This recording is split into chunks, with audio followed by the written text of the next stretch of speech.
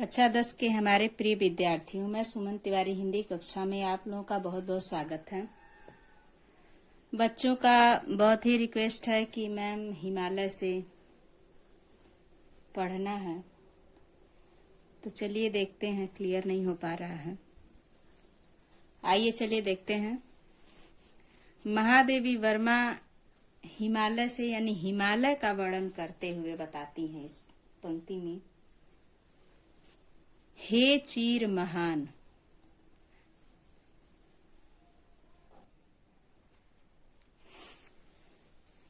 हे चीर महान।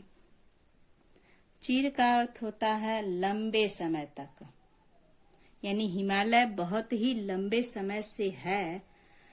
उसकी महानता की बात करते हुए कहती हैं कि लंबे समय से विराजमान हे हिमालय, यह स्वर्ण रस मिछु श्वेत भाल, बरसा जाती रंगीन हास। यह श्वेत यानी यह स्वर्ण रश्मि छू श्वेत भाल। स्वर्ण का अर्थ होता है सोना यानी सुनहरी, रश्मि का अर्थ होता है किरण, छू मतलब छू लेना, श्वेत सफेद होता है, भाल मस्तक होता है, माथा ललाट मस्तक, बरसा जाती रंगीन हास। कहते हैं कि हे हिमालय, तुम्हारी महानता की मैं क्या बात करूं, जो लंबे समय से तुम ऐसे ही विराजमान हो।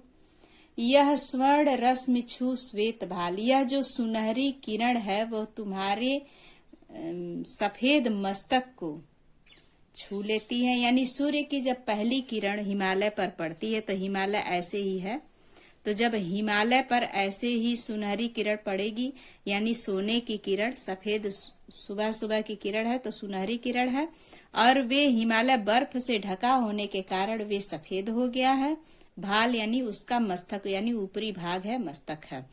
तो जब तुम्हारे मस्तक को यह सुनहरी किरण छू लेती है, सफेद मस्तक को, बरसा जाती रंगीन हास। हास का अर्थ होता है हंसी, यानी एक रंगीन हंसी बिखर जाती है। अब रंगीन हंसी कैसे बिखरती है?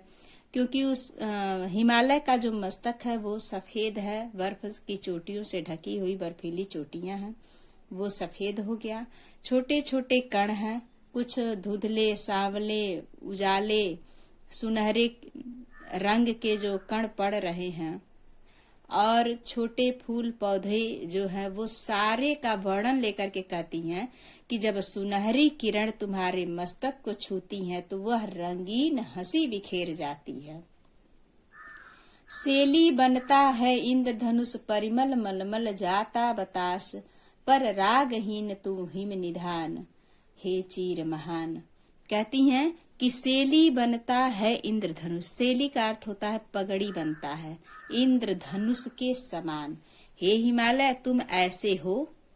तो जब सूर्य की किरण ऐसे पड़ रही है तो क्या हो रहा है? ऐसा प्रतीत हो रहा है कि वह एक पगड़ी बन जा रही है। और वह पगड़ी कैसे बन रही है? इंद्रधनुष के समान, यानी सतरंगी पगड़ी बन रही है, क्योंकि उस पर धूल है, मिट्टी है, छोटे छोटे कण हैं, हरी भरी घास है, बर्फीली चोटियां हैं। तो ये सारे जब किरण की रोशनी पड़ती है तो ये सब इंद्रधनुष के समान बन जाते हैं। परिमल मल जाता बतास।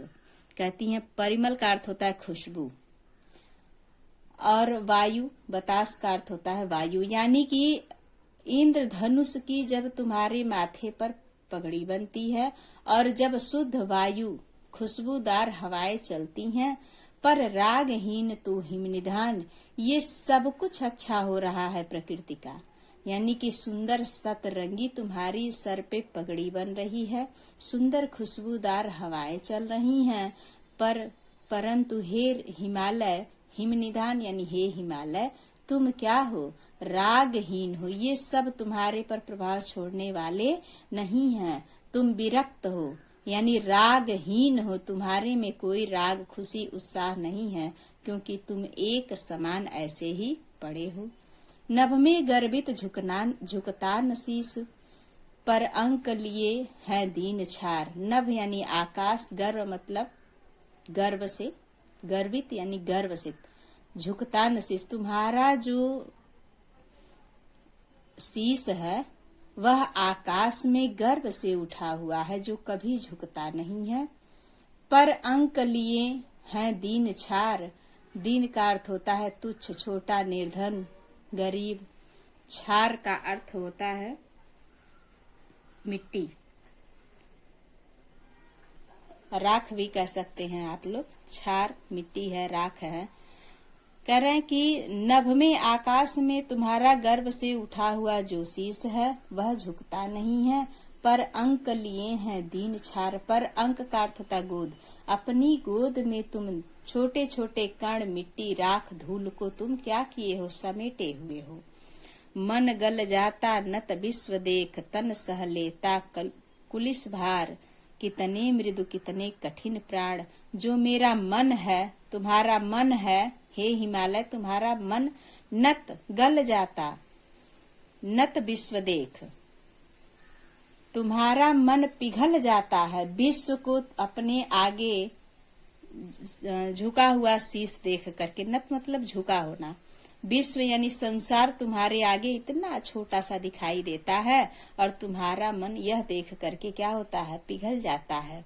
तन सह लेता कुलिस भार, और यह देख करके तुम्हारा जो तन है वह, कुलिस का अर्थ होता है कठोर, यानी वज्र के समान। तुम्हारा शरीर जो है वह कठोर से कठोर भार को भी सह लेता है। कितने मृदु कितने कठिन प्राण, पर तुम कितने मधुर हो, कितने मृदुल हो, फिर भी तुम्हारे प्राण कैसे हैं, कितने कठिन हैं। फिर आगे कहती हैं कि टूटी है तेरी कब समाधि, झंझा लौटे सतहार हार। कहती हैं कि हे हिमालय, तुम्हारी समाधि कब टूटी है, यानी कि तुम बहुत लंबे समय से प्रतीत होता है कि ऐसे ही समाधि में लीन हो, यानी मानव कल्याण के लिए तुम क्या हो, समाधि में लीन हो, समाधि में बैठे हुए हो। मुझे पता ही नहीं कि तुम्हारी समाधि कब टूटी है, तुम ऐसे ही समाधि लगाए हुए बैठे हो। झंझा लौटे सतहार हार, झंझा यानी झंझा, तूफान, आंधी, ये सब लौट चुके हैं तुमसे हार हार करके। ये जो आंधी और तूफान आते हैं वो सब सत यानी 100 बार, सैकड़ों बार तुमसे हार हार करके लौट गए, ये तुमसे जीत नहीं पाए हैं। बह चला दृगों से किंतु नीर, सुनकर जलते कण की पुकार, सुख से विरक्त दुख में समान। हे हिमालय, तुम्हारे नेत्रों से जल बह चुका है, तुम रोने लगते हो विश्व को देख करके। सुनकर जलते कण की पुकार, तुम्हारे जलते हुए कण कण से जो पुकार निकलती है। सुख से विरक्त दुख में समान, और हे हिमालय, तुम सुख से विरक्त हो, तुम्हें सुख प्राप्त नहीं है, तुम दुख में एक समान हो। अर्थात यहाँ महादेवी वर्मा कहती हैं कि तुम सुख से विरक्त, कहती हैं कि सुनकर जलते कण की पुकार, सुख से विरक्त दुख में समान। हे हिमालय, तुम्हारे कण कण से जलती पुकार को सुन करके तुम क्या हो, सुख से विरक्त हो, तुमको सुख प्राप्त नहीं है और दुख में तुम एक समान हो। यानी हे हिमालय, तुम सुख दुख में समान रहने वाले विरक्त महर्षि हो, यानी सुख दुख में तुम एक ही समान रहने वाले व्यक्ति हो। और तुम्हें मोह माया की शक्तियां तुमसे क्या है, परे हैं। फिर भी मानवता की पीड़ा देख करके तुम क्या हो, दुख में दुखी हो जाने वाले हो। मेरे जीवन का आज मूक, तेरी छाया से हो मिलाप। यहाँ कहते हैं कि मेरे जीवन की तेरी छाया से अगर मूक मिलन हो, अर्थात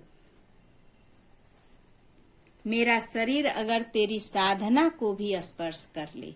मूक मिलन यानी कि मौनपन, जो तुम्हारा मौनपन है वह मिलन तेरी साधना को, तेरी छाया से भी अगर मिलाप हो जाए, तन तेरी साधकता छू ले, अगर तेरी साधना को भी मेरा महादेवी वर्मा कहती हैं कि मेरा तन छू ले, मन ले करुणा की थाह नाप। तो तुम्हारी जो करुणा है उसकी थाह, उसका था नाप लेने का अर्थ है कि हृदय से तुम्हारी करुणा का भाव स्पष्ट हो जाए, यानी तुम्हारे दुख को स्पष्ट मैं जान पाऊं। उर में पावस दिग में बिहान। कहती हैं कि उर का अर्थ होता है हृदय। चलिए यहाँ से देखिए, ये हमने देखा ही नहीं, ये देख लीजिए। मेरे जीवन का आज मुख तेरी छाया से हो मिलाप। यहाँ महादेवी वर्मा कहती हैं कि मेरी जो शक्तियां हैं वो तेरी साधना को छू लें, मिलाप हो जाए, यानी मिल जाए। महादेवी वर्मा किसको कहती हैं? हिमालय से कहती हैं कि मेरे जो जीवन का मौनपन है वह तेरी छाया से भी अगर मिलाप हो जाए, तेरी छाया को भी अगर स्पर्श कर ले, तन तेरी साधकता छू ले, मेरा तन अगर तुम्हारी साधना को भी स्पर्श कर ले, छू ले, मन ले करुणा की थाह नाप, और मेरा मन तुम्हारे करुण हृदय की अंतर आत्मा को, करुण हृदय की गहराई को भी अगर माप लेता है, उर में पावस दृग में बिहान। उर का अर्थ होता हृदय, तो हृदय में मेरे पावस यानी कि वर्षा ऋतु के आगमन का है, और दृग यानी नेत्रों में कल सुबह अच्छा हो सवेरा। कल दृग में बिहान, बिहान का अर्थ होता है दूसरा दिन, यानी कि कल आने वाले दिन में एक सुंदर सुंदर दिन हो, ऐसा वह कहते हुए कहती हैं कि महादेवी वर्मा इसमें हिमालय से लेकर के मानवीकरण में किया गया है, यानी कि यहाँ मानवीकरण अलंकार होगा। मानव से उनकी तुलना की गई है, किसकी? हिमालय की। तो आप लोगों को यह वीडियो कैसी लगी कमेंट करके अवश्य बताइएगा। आइए चलिए आप लोगों को काव्यगत सौंदर्य बता देते हैं। सबसे पहले आप लोग यह जान लीजिए कि महादेवी वर्मा एक छायावादी कवित्री हैं। तो यहाँ से देख लीजिए, हे चीर महान, और कितनी मधुर और कितने कठिन प्राण, ये एक बना लीजिए। और टूटी है तेरी कब समाधि, यहाँ से यहाँ तक। वैसे आपको अर्थ आना चाहिए, चाहे एक पंक्ति पूछे या 2 लाइन पूछे, आपको आ जाना चाहिए, लिखने में कोई समस्या आपको नहीं होगी। तो देखिए, इसमें सरल सुबोध खड़ी बोली है, भावात्मक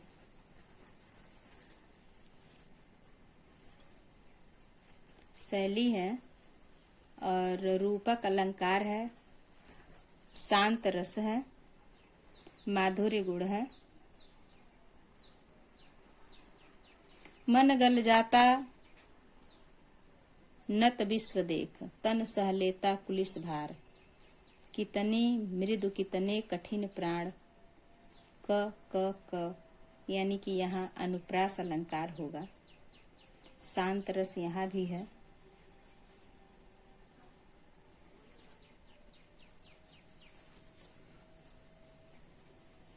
मेरे जीवन का आज मुख तेरी छाया से हो मिलाप, इसमें मानवीकरण अलंकार आपको मिलेगा। शांत रस है, माधुर्य गुण है,